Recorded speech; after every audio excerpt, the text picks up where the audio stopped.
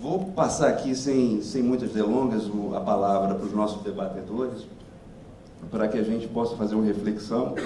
Quando a lei foi aprovada, houve uma manifestação muito forte na opinião pública de que será que essa lei fará bem para o país, será que não fará bem para o país, e teve todo um embate a respeito disso. Na nossa visão, a lei ela traz, de fato, segurança jurídica para que o administrador possa tomar decisões. Hoje a gente percebe o engessamento da máquina pública por receio do administrador de tomar decisões. Muitas vezes se toma uma decisão com base na jurisprudência hoje, essa jurisprudência muda e o administrador ele é responsabilizado por causa dessa mudança na jurisprudência futura. Isso, de fato, gera para ele um temor, inclusive, de consequências jurídicas que ele pode ter em razão desse controle exercido dessa forma, e isso vem, de fato, atrapalhando ou criando algumas dificuldades.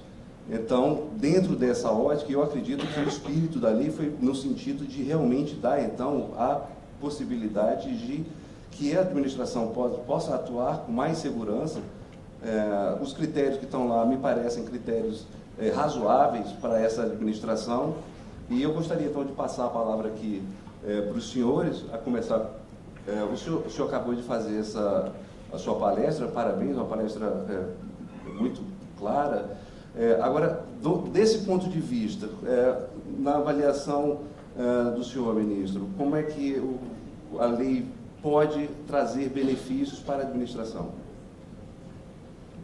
Bom, em síntese, como eu falei, o TCU, eu posso dizer claramente, de uma maneira bem contundente e objetiva, jamais aplicou jurisprudência com efeito retroativo. Jamais. Se isso aconteceu em algum momento, todos os recursos foram manejados e, com certeza, todos os gestores que ocorreram nessa falha, que foram eventualmente prejudicados por essa falha, tiveram seu recurso provido. Se não tiveram, foram ao judiciário e conseguiram a devida anulação do tribunal, porque o Tribunal de Contas da União, como todos os demais órgãos de controle, pode cometer erros, né? O erro é intrínseco a qualquer atividade. De qualquer maneira, a grande possibilidade da nova legislação, eu volto a insistir, é a possibilidade de sentarmos para construir um novo consenso. Um novo consenso que o tribunal já tenta fazer há muito tempo, né? No sentido de construir soluções para a melhor aplicação do direito. Mas, para terminar, até porque a abordagem aqui é bem curta e objetiva, eu queria insistir o seguinte: como eu falei antes de vir para cá, eu estava num outro evento que discutia a questão de transportes marítimos e portos. Regulação também foi discutido lá. De uma certa maneira, vocês também estão submetidos ao modelo de controle e regulação. O TCU talvez seja um dos poucos órgãos de controle que tenta, lógico, nem sempre vai ser exatamente assim, mas ele tenta preservar o grau de autonomia e discricionariedade do gestor. Como eu falei, são 7 posições técnicas para o julgamento.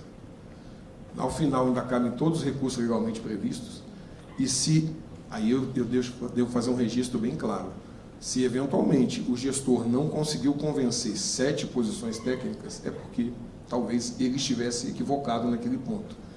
E volto a insistir, dentro desses 7 posicionamentos técnicos, e o último é sempre proferido por um colegiado, porque o Tribunal de Contas da União nunca tem decidido nada monocraticamente, nenhum ato que possa produzir efeitos sobre a esfera jurídica do gestor administrador é tomado de modo monocrático.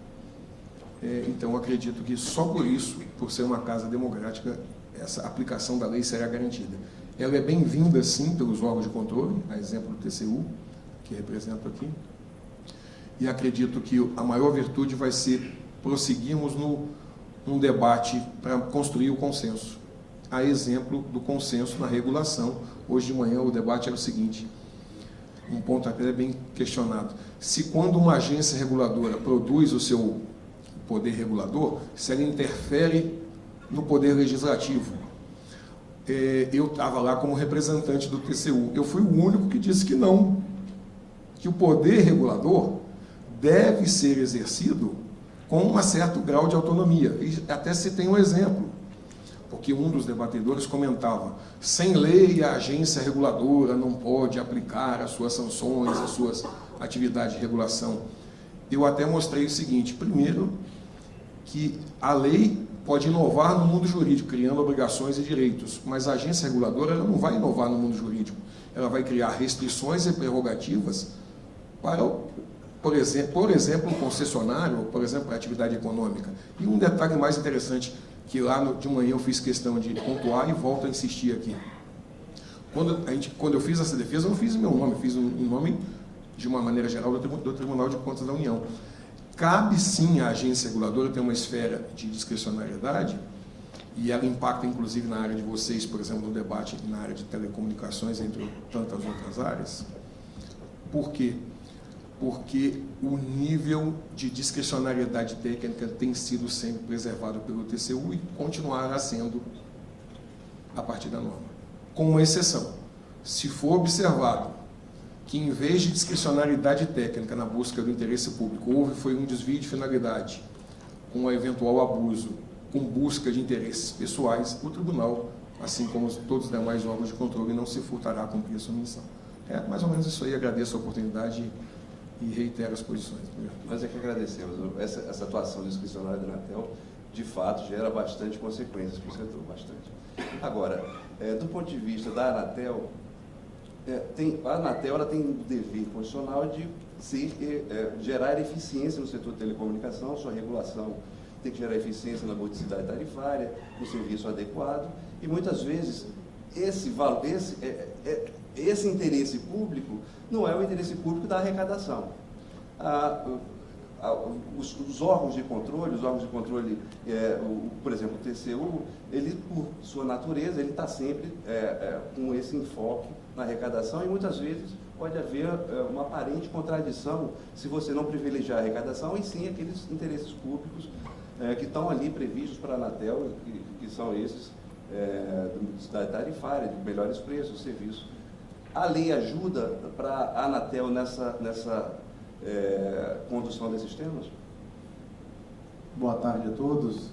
Queria saudar todos os debatedores, na pessoa aqui do ministro André, e fazer uma saudação especial ao colega debatedor Jacinto Arruda Câmara, que o destino nos colocou na mesma mesa de debate, né? Foi uma grata surpresa. E saudar todos os presentes que estão aqui nos acompanhando.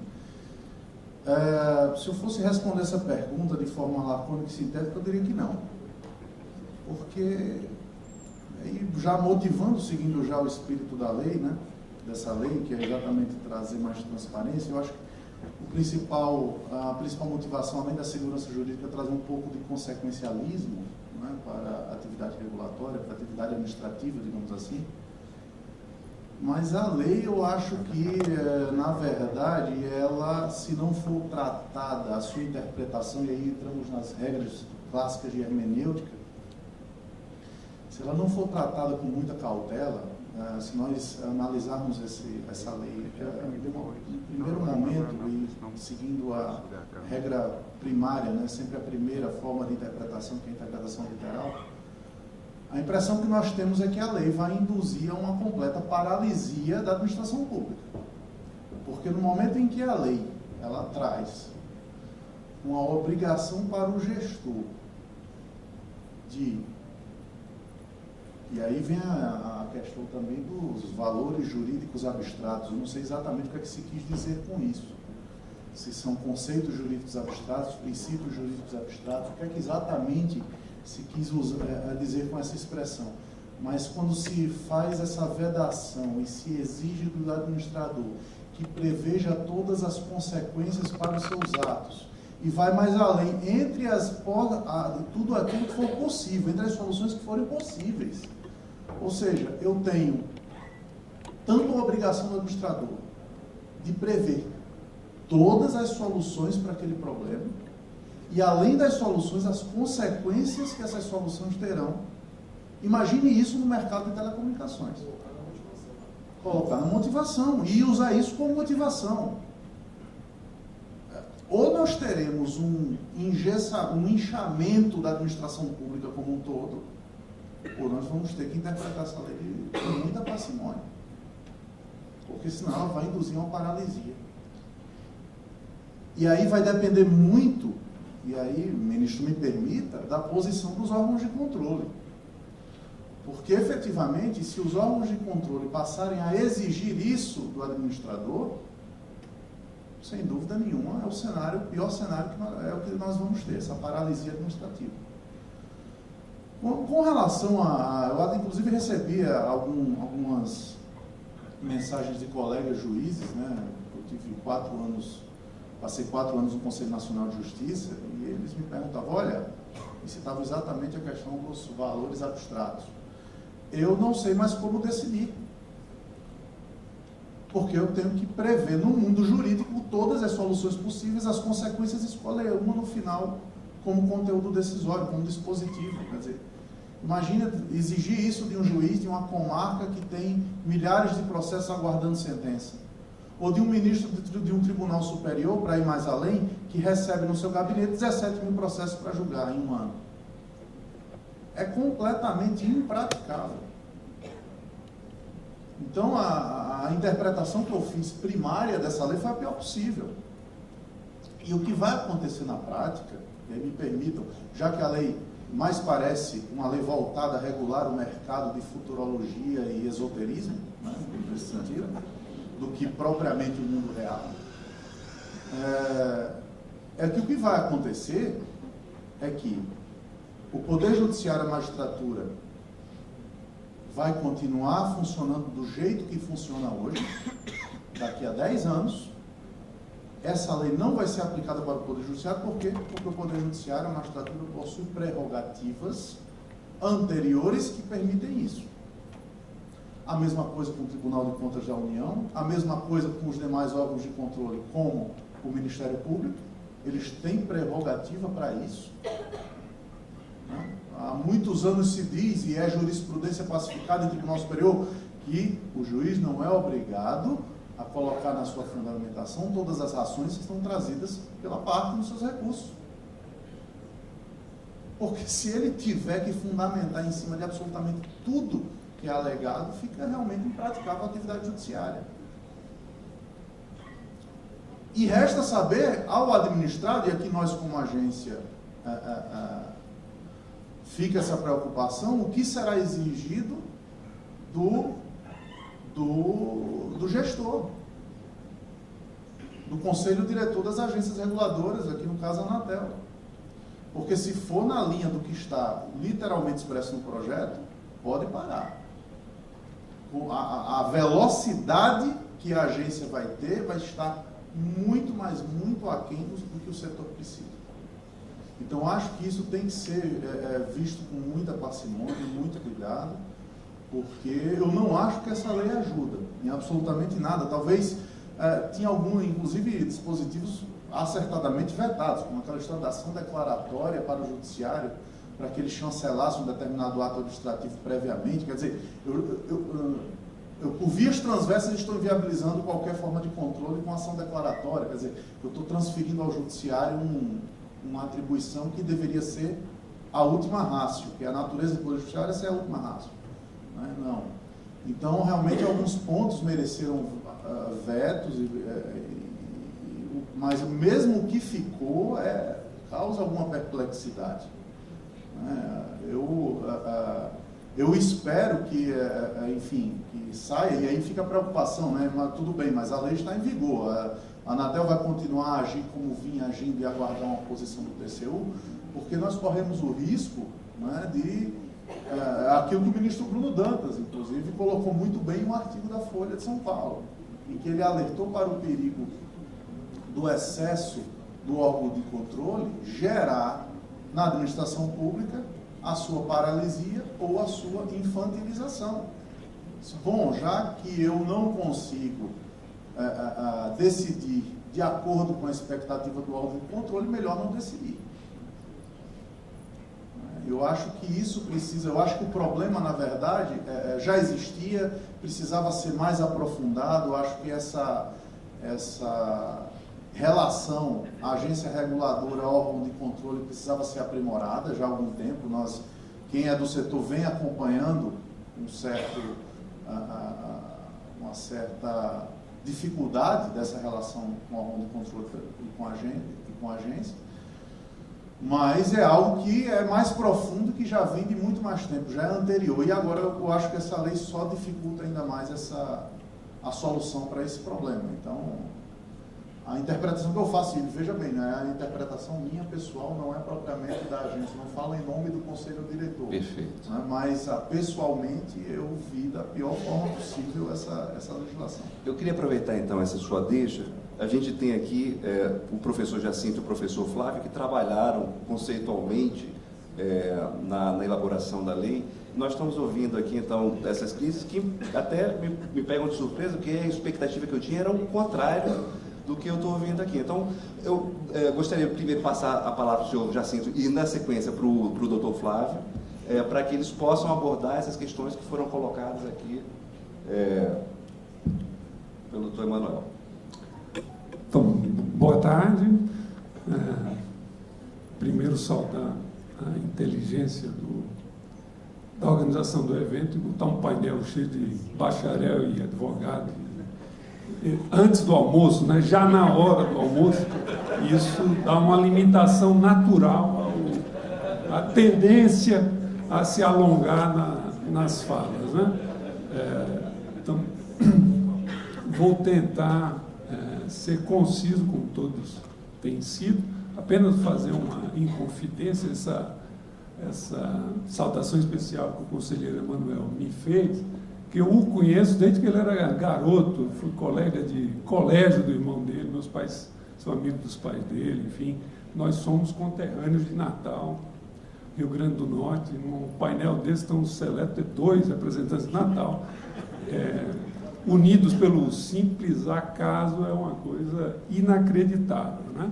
Eu não sabia que o conselheiro Emanuel faria parte desse painel. Ao ser convidado, ainda não havia confirmação de todos os nomes. Para mim foi uma satisfação muito grande, é a primeira vez que o vejo depois que ele assumiu o cargo e a função na agência, né? Bom, é verdade que eu não elaborei o projeto de lei, foi de autoria, e é bom dar essa informação, não é pública, foi bastante difundida nos meios de comunicação, de imprensa, em virtude do debate público que surgiu após a aprovação no Congresso Nacional e antes do veto e sanção do Presidente da República, mas isso foi um projeto originado e gestado na Academia de Direito, né? Por professores de Direito Administrativo, um dos quais foi o autor também da Lei Geral de Telecomunicações, o professor Carlos Ari Sundfeld. O outro é professor titular de Direito Administrativo da USP, o professor Floriano de Azevedo Marques Neto. Carlos Ari é meu sócio, eu trabalho com ele desde 95, né? Fui assistente dele na Faculdade de Direito da PUC de São Paulo. Floriano é meu amigo pessoal, conheço desde 1997, quando nos conhecemos trabalhando na instalação da Agência Nacional de Telecomunicações. Eu comecei a trabalhar, eu fiz trabalho infantil também, para revelar a vocês, comecei a trabalhar com 12 anos, eu não fico imaginando que eu sou aqui um Matusalém.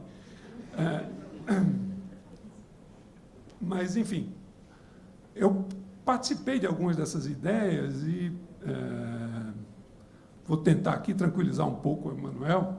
Não faz medo, esse medo todo, não, na minha leitura, que não é a primeira. E concordar muito com o que foi dito aqui pelo ministro André, né? Não há grandes inovações em relação, inclusive, à postura tradicional do Tribunal de Contas da União. Eu diria que a lei traz, né, é uma lei de introdução, essa é uma coisa surreal. A gente está falando aqui, tecnicamente, né, de uma lei de 1946 que foi alterada agora no mês passado. É uma lei de 1946. É um decreto-lei de 1946, que falava sobre a lei de introdução ao Código Civil, era específico para o Código Civil, e que tinham normas absolutamente genéricas, e que não trazia grandes novidades em boa parte, era coisa como andar para frente. Tipo que a lei não vai retroagir, coisas desse tipo que tem no direito romano. Mas qual a utilidade disso para o mundo jurídico, né? é a tentativa de uniformização da aplicação do direito. E foi uma lei essa, de 1946, focalizada numa sociedade, num direito muito pouco complexo, ou muito diferente desse que nós vivemos hoje, né? As relações eram basicamente relações de direito privado, não essas relações de direito público. O controle que se fazia da administração na década de 40, comparável ao controle que se faz hoje, quando eu falo controle, não apenas do Tribunal de Contas, mas controle judicial, é ridículo, comparativamente falando, né? Os instrumentos que a sociedade brasileira possui, isso não é qualquer crítica que eu estou falando, não, muito pelo contrário, é uma constatação empírica, e mais do que isso, eu acho que é um ganho, uma virtude da sociedade brasileira. Mas não dá para comparar a relação institucional entre judiciário e administração pública na década de 40 e a relação que existe hoje em dia entre judiciário e administração pública e política pública que há hoje, né? Se você quiser um remédio e que não esteja incluído na lista do SUS, você vai bater na porta do judiciário. Qualquer política pública é hoje questionada pelo Ministério Público, por qualquer associação, né? O custo de acesso ao judiciário no Brasil, isso é uma conquista da sociedade brasileira, não é nenhuma crítica, é baixo. Então, para falar coisas inconvenientes, uma empresa que quiser questionar uma lei tributária, impetra um mandado de segurança, discute bilhões e bilhões de reais em termos de... e não gasta uma prata em termos de sucumbência nem coisa nenhuma, vai pagar um advogado. Eu estou apontando assim porque eu não atuo no contencioso, né? Faço conta. Mas, enfim, esse tipo de situação constituída trouxe a necessidade de leis parâmetro, né, para tentar, de alguma maneira, sistematizar e organizar boas práticas de interpretação jurídica. Eu tenho uma divergência de leitura em relação ao que foi dito pelo ministro André, quando ele disse que a lei proíbe a aplicação de conceitos abstratos, alguma coisa, valores abstratos, ou foi o Emanuel que falou, enfim. A lei não é que proíba, a lei constata que hoje em dia, inclusive a Lei Geral de Telecomunicações, traz uma série de conceitos muito abstratos que precisam ser aplicados.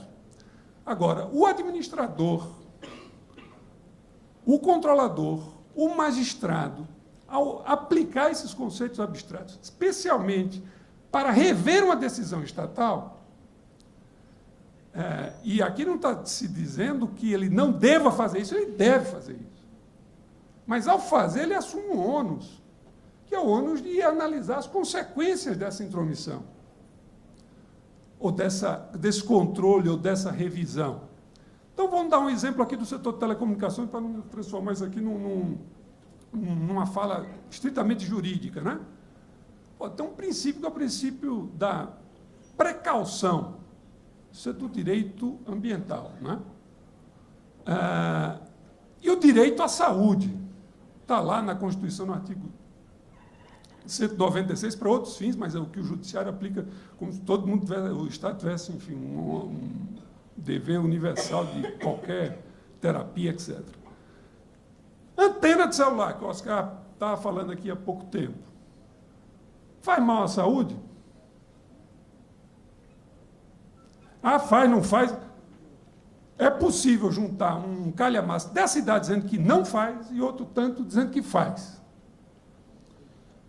Nada impede um cidadão, um promotor, lá na comarca de Pacifica, no interior do Rio Grande do Norte, a entrar com ação judicial e obter uma ordem impedindo a instalação de antenas celulares lá em Pacifica.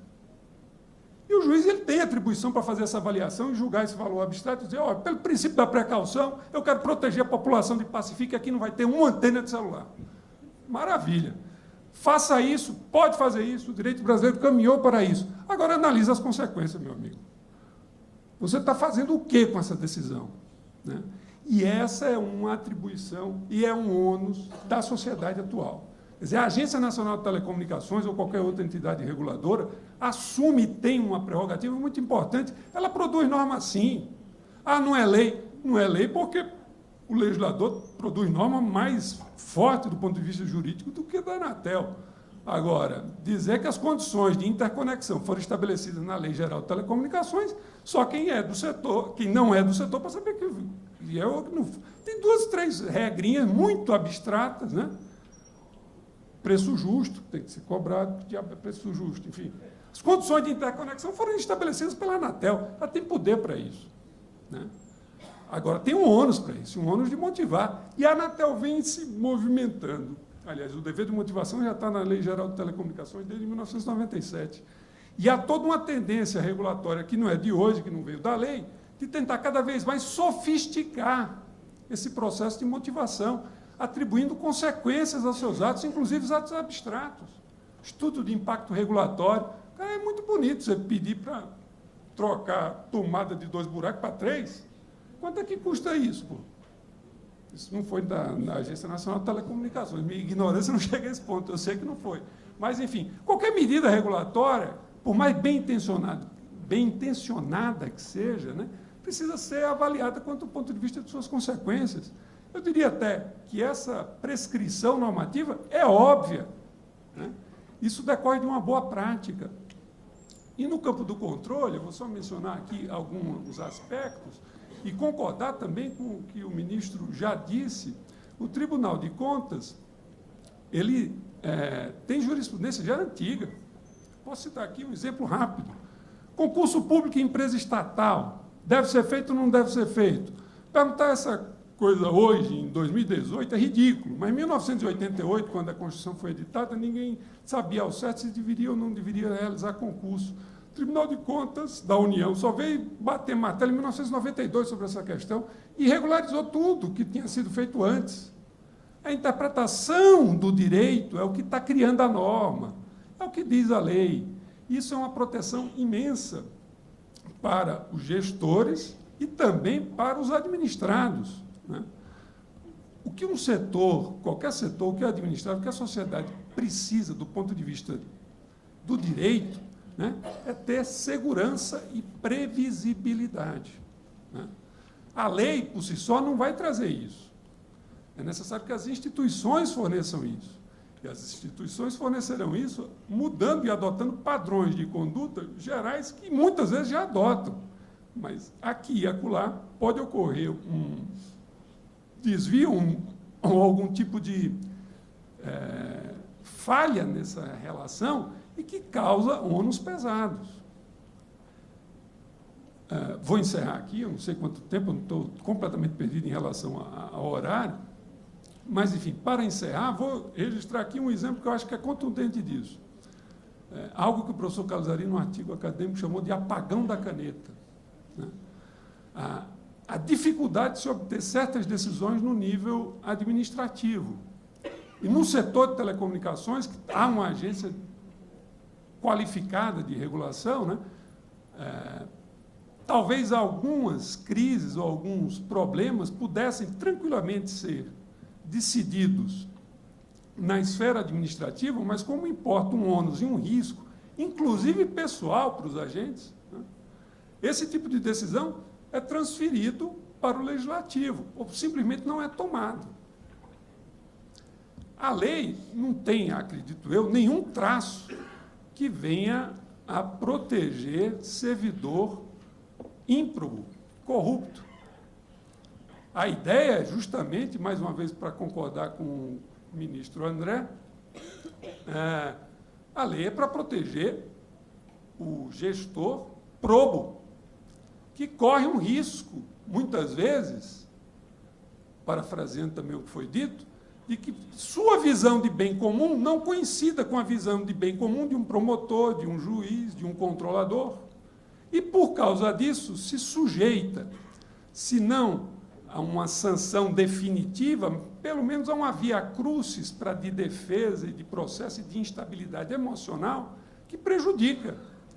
Ou prejudica pessoalmente, isso deve ser levado em conta, e prejudica institucionalmente e a sociedade brasileira, porque inibe tomadas de decisões muito mais céleres em virtude dessa instabilidade. A lei não vai solucionar isso de uma hora para outra, né? Mas, enfim, só esse debate aqui que está ocorrendo, e é auspicioso que ele tenha ocorrido, né? e vem a ocorrer cada vez mais, só a interlocução de órgãos de controle com o judiciário para refletir a respeito desses aspectos, isso pode trazer como consequência positiva uma aceleração da eficácia dessa norma, para que a sociedade brasileira atinja com isso uma maior segurança e estabilidade. Basicamente, essa mensagem que eu gostaria de passar. Professor, aproveitando a sua fala, sempre, e já passando para os colegas de mesa, sempre que se sentirem perdidos em relação ao tempo, basta lembrar que estamos na hora do almoço.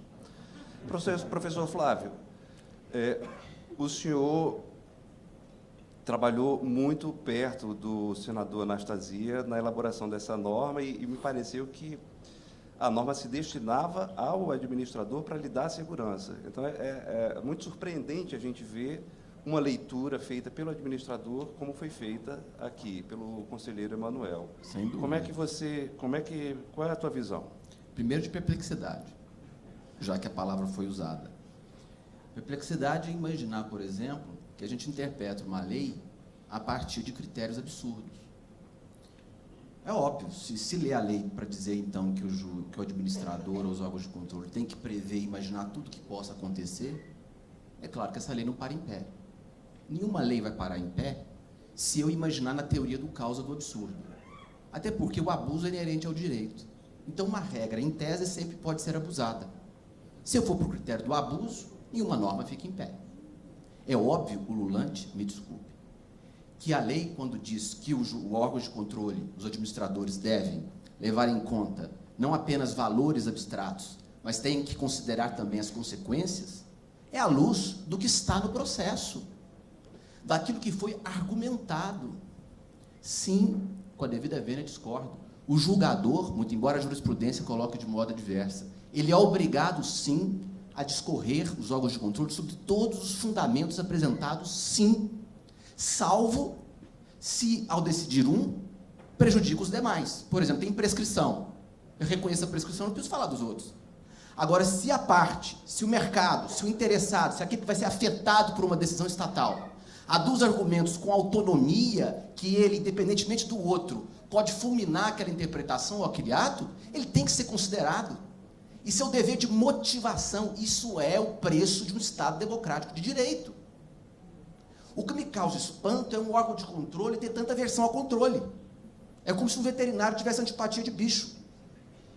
Ora, a questão é a seguinte, quando se diz que meu pai foi prefeito, vou dar um exemplo, meu pai foi prefeito, me ligou um dia, Flávio, o Tribunal de Contas do Estado de Minas acabou de sair uma decisão dizendo assim, suspendendo a coleta de lixo, porque teria uma irregularidade na licitação. Falei, pai, isso aí, né? A vida segue. Flávio, o que eu faço? Falei, pai, lê a decisão. Flávio, vou ler para você. 2 parágrafos. Suspende. Quem coleta o lixo no dia seguinte? Consequência disso, ou seja, será que o órgão de controle não tem que dizer que está autorizado pelo prazo de 6 meses uma contratação emergencial, impondo ao administrador o novo procedimento licitatório? Aí, sabe, eu falei, pai, você tem que fazer um contrato de emergência. Fez, sabe o que o Ministério Público faz? Entra com uma ação de improbidade. Como é que faz? Claro, meu pai não foi candidato à reeleição, meu pai foi reitor de uma universidade federal, nunca se enveredou na política, resolveu, por desgraça de conselho meu, que falei essa bobagem para ele, se lançou candidato, não foi eleito, caçou o outro, porque houve abuso, entrou na prefeitura com a máquina rodando, com um monte de problema, e não se candidatou à reeleição. Não tem como uma pessoa dar conta de um negócio desse. E aí, na hora que você pede para os órgãos de controle e para a administração pública levar em conta aquilo que foi aduzido ou aquilo que é reflexo inerente ao problema colocado, falam que isso é futurologia, que isso é inexequível, que isso é impossível. Como é que isso pode ser impossível? É lógico que isso vai dar muito mais trabalho. Eu fui assessor no STJ. Quando eu cheguei lá, tinha na minha salinha, tinham 1000 processos. 1000 processos. E chegavam 300 por semana. Eu tinha uma equipe de 4 analistas trabalhando comigo. Eu mandei tirar as portas dos armários, para a gente ver os processos. Porque parecia que a porta, quando fechava, não tinha processo. Dos armários. Tirei. Em 1 ano eu zerei. E vai ver as motivações da decisão do ministro à época. Modéstia à parte. Nenhum caso é igual ao outro. Nenhum. Nenhum caso é igual ao outro. Agora, trabalhei até meia-noite, né? Durante um bom tempo. Então, a verdade é isso também. Nós não temos, infelizmente, nós não temos nos estados da federação, ministro André, um corpo técnico do Tribunal de Contas da União. Não temos. O senhor sabe disso. O senhor sabe como é que é a escolha de conselheiro do Tribunal de Contas. Então, nós temos vi tantos tribunais de contas espalhados, tem o Ministério Público, cada um com uma cabeça, e aí quando você vira e fala assim, olha, artigo 22, quando se for examinar a validade, alguma coisa de atos de gestão pública, tem que levar em conta os obstáculos e dificuldades reais do gestor à época, e aquilo que estava imposto a ele fazer. Aí interpreta a norma para dizer o seguinte, está lá no parecer do Tribunal de Contas, isso vai fazer com que o prefeito, ao invés de fazer o concurso público, alegue que é indispensável ter pessoal e contrate sem concurso público um monte de gente. Aí, se a gente for interpretar a norma para achar que sempre a única interpretação dela é do abuso, nenhuma norma para em pé. É evidente que para ele fazer uma medida dessa, ele vai ter que justificar.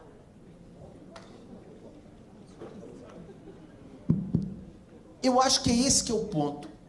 A gente quer autoridade dos órgãos de controle, mas a gente quer responsabilidade. Autoridade sem responsabilidade não... É isso.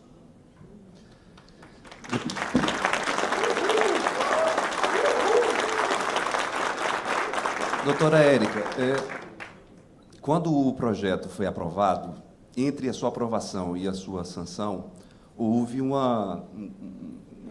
quase uma comoção em torno disso e vocês tiveram muita coragem de tocar diante daquela chuva de críticas, até alguns elogios menos, mas mais crítica. E vocês, qual é a visão de vocês, então, para ter seguido adiante? A visão com relação ao projeto foi uma visão positiva, né?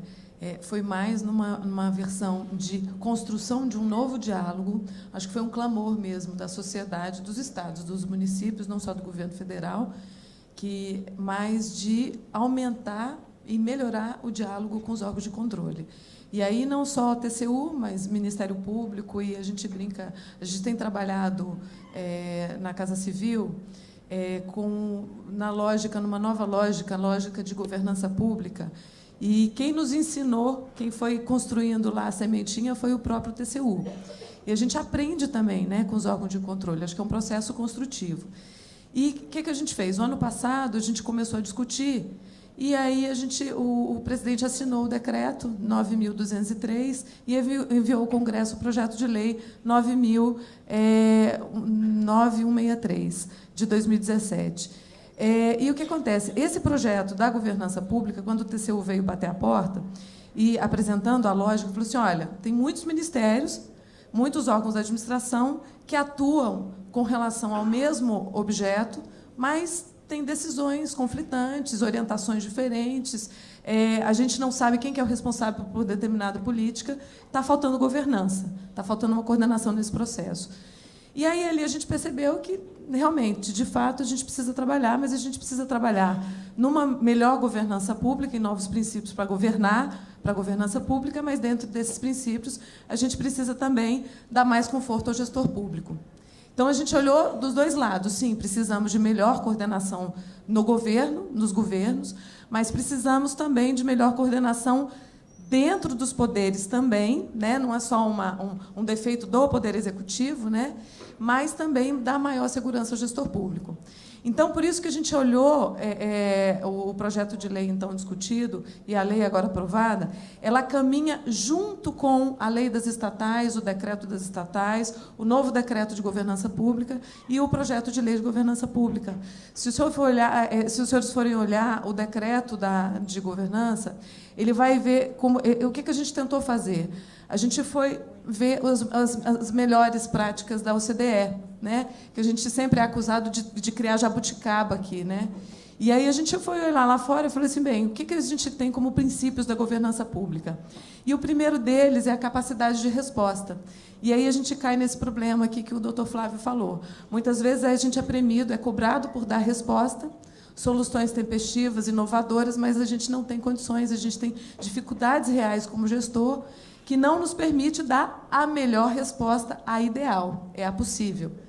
E aí a gente tenta construir, tem trabalhado muito junto com os ministérios e as entidades vinculadas e com os próprios, e passando, a partir do projeto de lei, essa lógica para os outros poderes e para os estados e municípios, de que a gente precisa também, a alta administração, ela precisa também dar esse conforto para o trabalho do dia a dia do gestor. Então, esse conforto não é passado só pelo Poder Executivo. A gente precisa provocar esse diálogo com os órgãos de controle. E aqui o professor Jacinto, o professor Flávio mencionaram aqui o papel do Ministério Público nisso, não só do TCU, mas uma colega do Ministério Público, um dia, falando sobre o projeto de governança e o PL da Segurança Jurídica, então PL da Segurança Jurídica, ela veio e falou, peraí, o que você está falando não está certo. A gente não pensa assim, porque o Ministério Público também tem visões diferentes. E a minha área pensa como a sua área, entende? Então, assim, a ideia da governança, da lógica, da manutenção da coerência no processo decisório, ele precisa permear não só a nossa atuação do Poder Executivo, mas também dos demais poderes.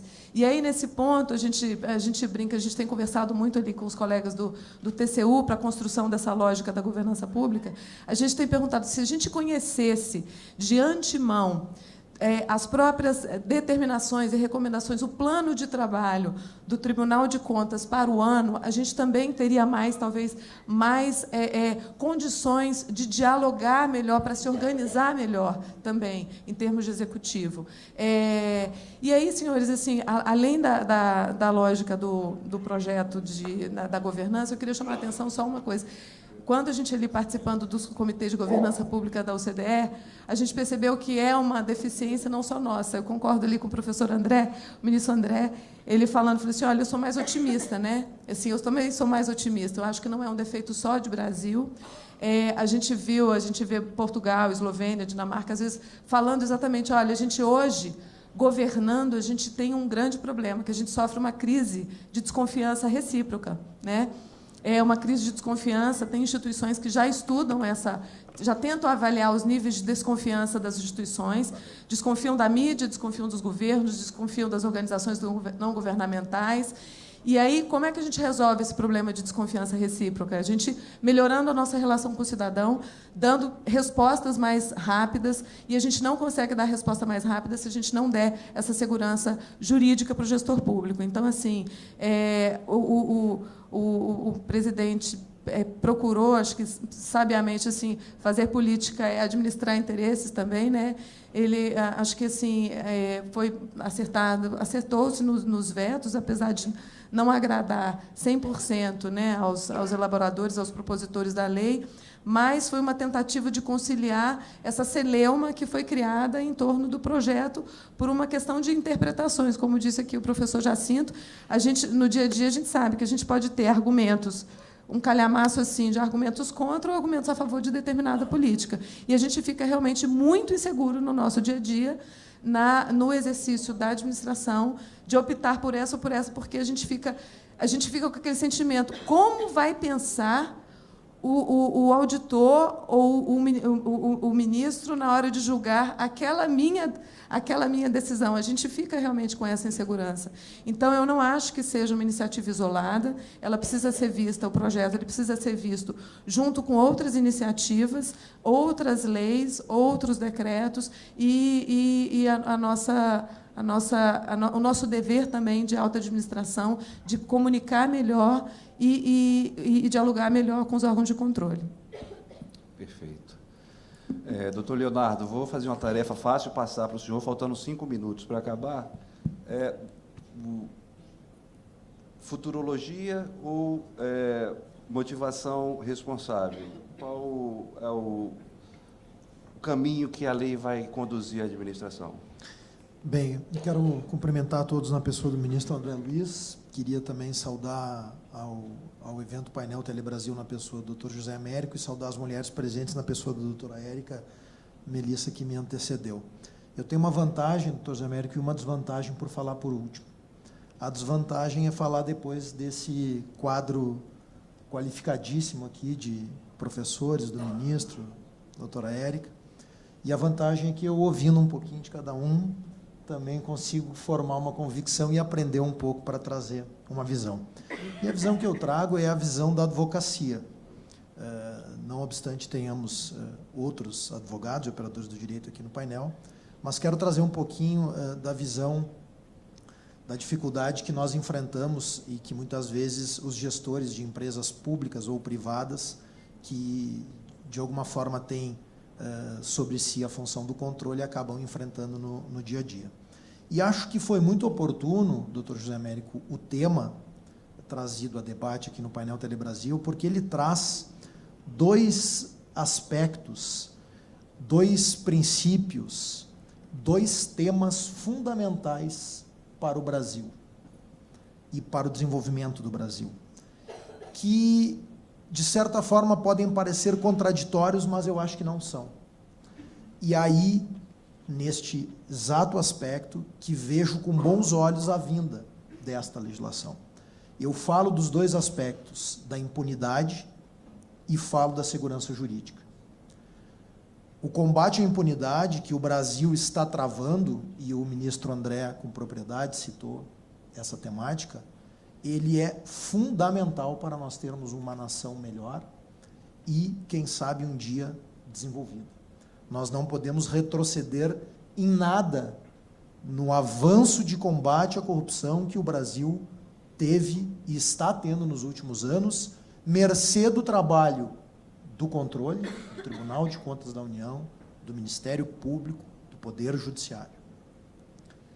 Por outro lado, falta para o Brasil, há ainda muita impunidade, e falta para o Brasil segurança jurídica.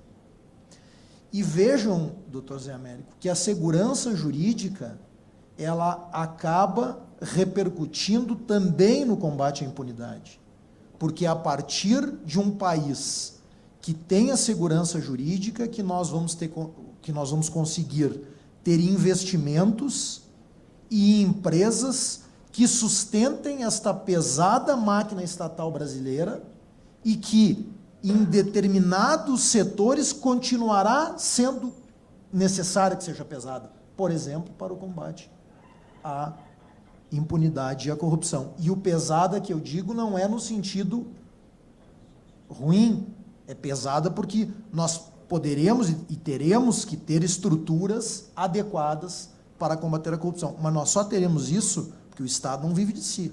O Estado vive do desenvolvimento econômico, da geração de emprego, renda e tributos. A partir daí é que o Estado brasileiro vive.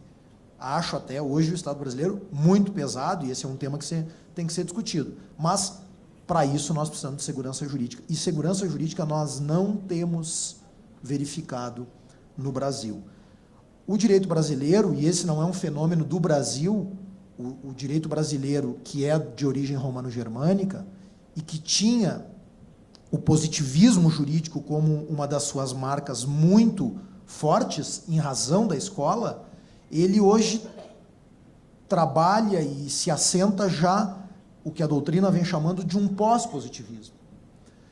E esse pós-positivismo aplica exatamente conceitos abstratos e princípios. Nunca se viu tanto a utilização de princípios. A Constituição Federal, por exemplo, está cheia de princípios de dignidade da pessoa humana, valor social do trabalho, entre outros, são normas abstratas e princípios que estão sendo aplicados pelo Supremo Tribunal Federal, pelos tribunais regionais federais dos estados e pelos juízes. E o controle também aplica princípios. Então, eu penso que a lei ela vem em bom momento para estabelecer o debate que foi travado aqui.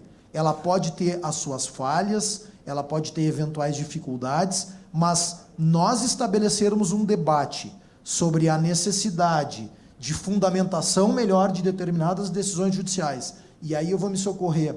O Flávio deu um exemplo, o professor Flávio deu o exemplo do pai dele, e nós lá no estado do Rio Grande do Sul, onde é o meu estado, onde fica o meu escritório de advocacia, nós tivemos uma Câmara chamada Câmara dos Prefeitos no Tribunal de Justiça.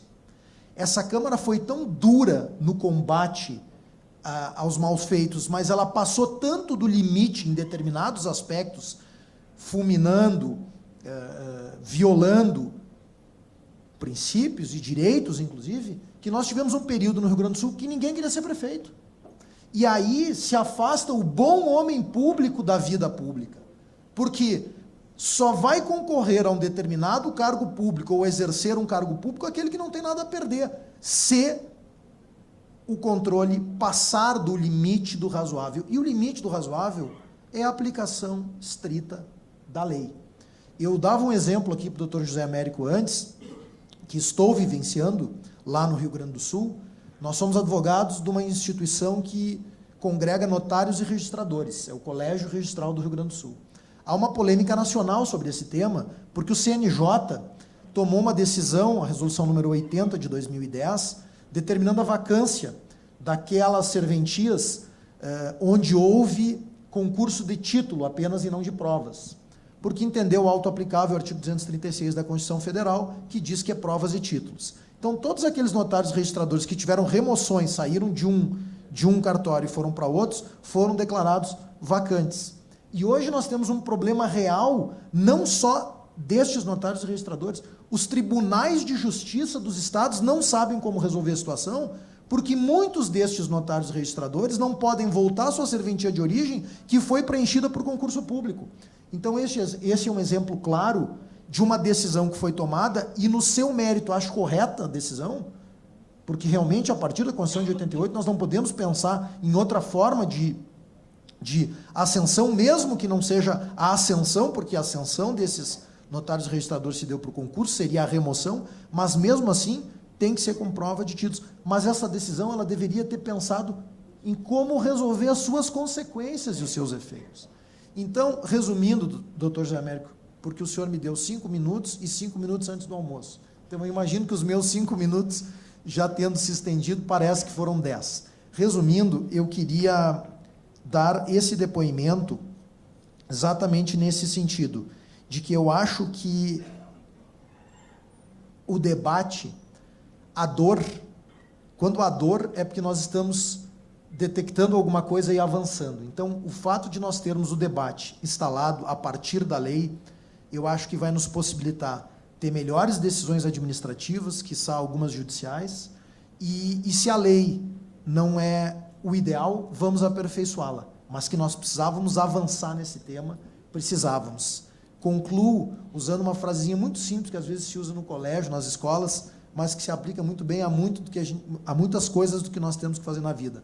O feito é melhor do que perfeito. Então, a lei pode não estar perfeita, mas foi feita, está gerando debate, e o debate é profícuo, porque nós precisamos avançar em segurança jurídica no Brasil. Espero ter observado 5 minutos.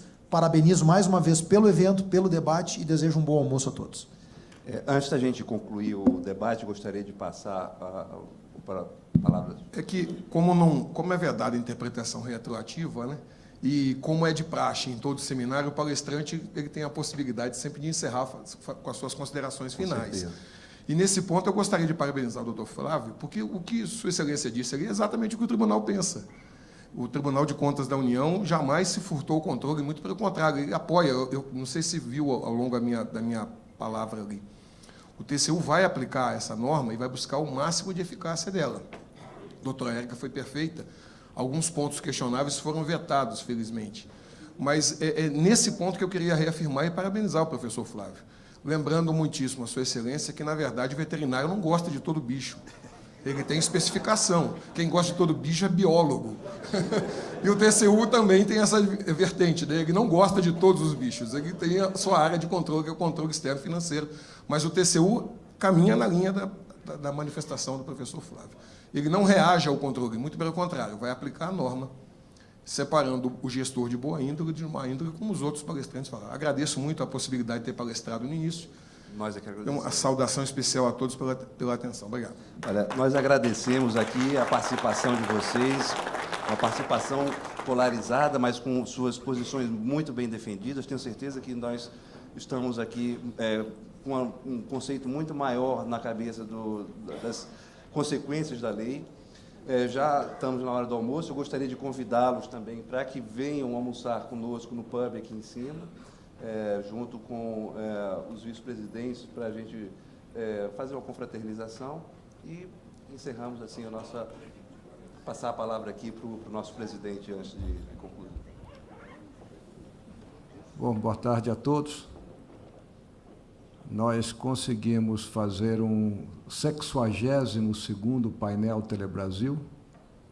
Nunca deixamos um ano de fazer, não que tenhamos 62 anos de existência, mas no início nós fazíamos 2 painéis por ano.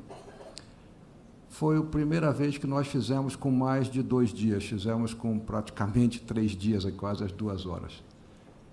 Recebi diversas mensagens agora que, apesar de termos uma audiência menor, o último dia, o último painel, é natural que aconteça, que foi o mais rico, que foi o melhor de todos, o que deveria ser o primeiro.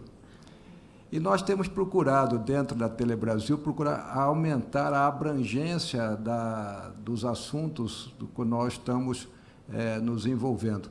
E eu acho que esse feedback que nós recebemos é extremamente importante para que nós trilhemos esse caminho nos anos que seguem. Estaremos aqui novamente daqui a um ano, no 63º painel. Queria agradecer não só todos os palestrantes, todos aqui que estiveram, os coordenadores, a equipe de organização e, principalmente, os nossos presidentes pelos suportes que deram para que nós pudéssemos fazer um painel tão rico e tão bem frequentado. Muito obrigado a todos e até maio do ano que vem.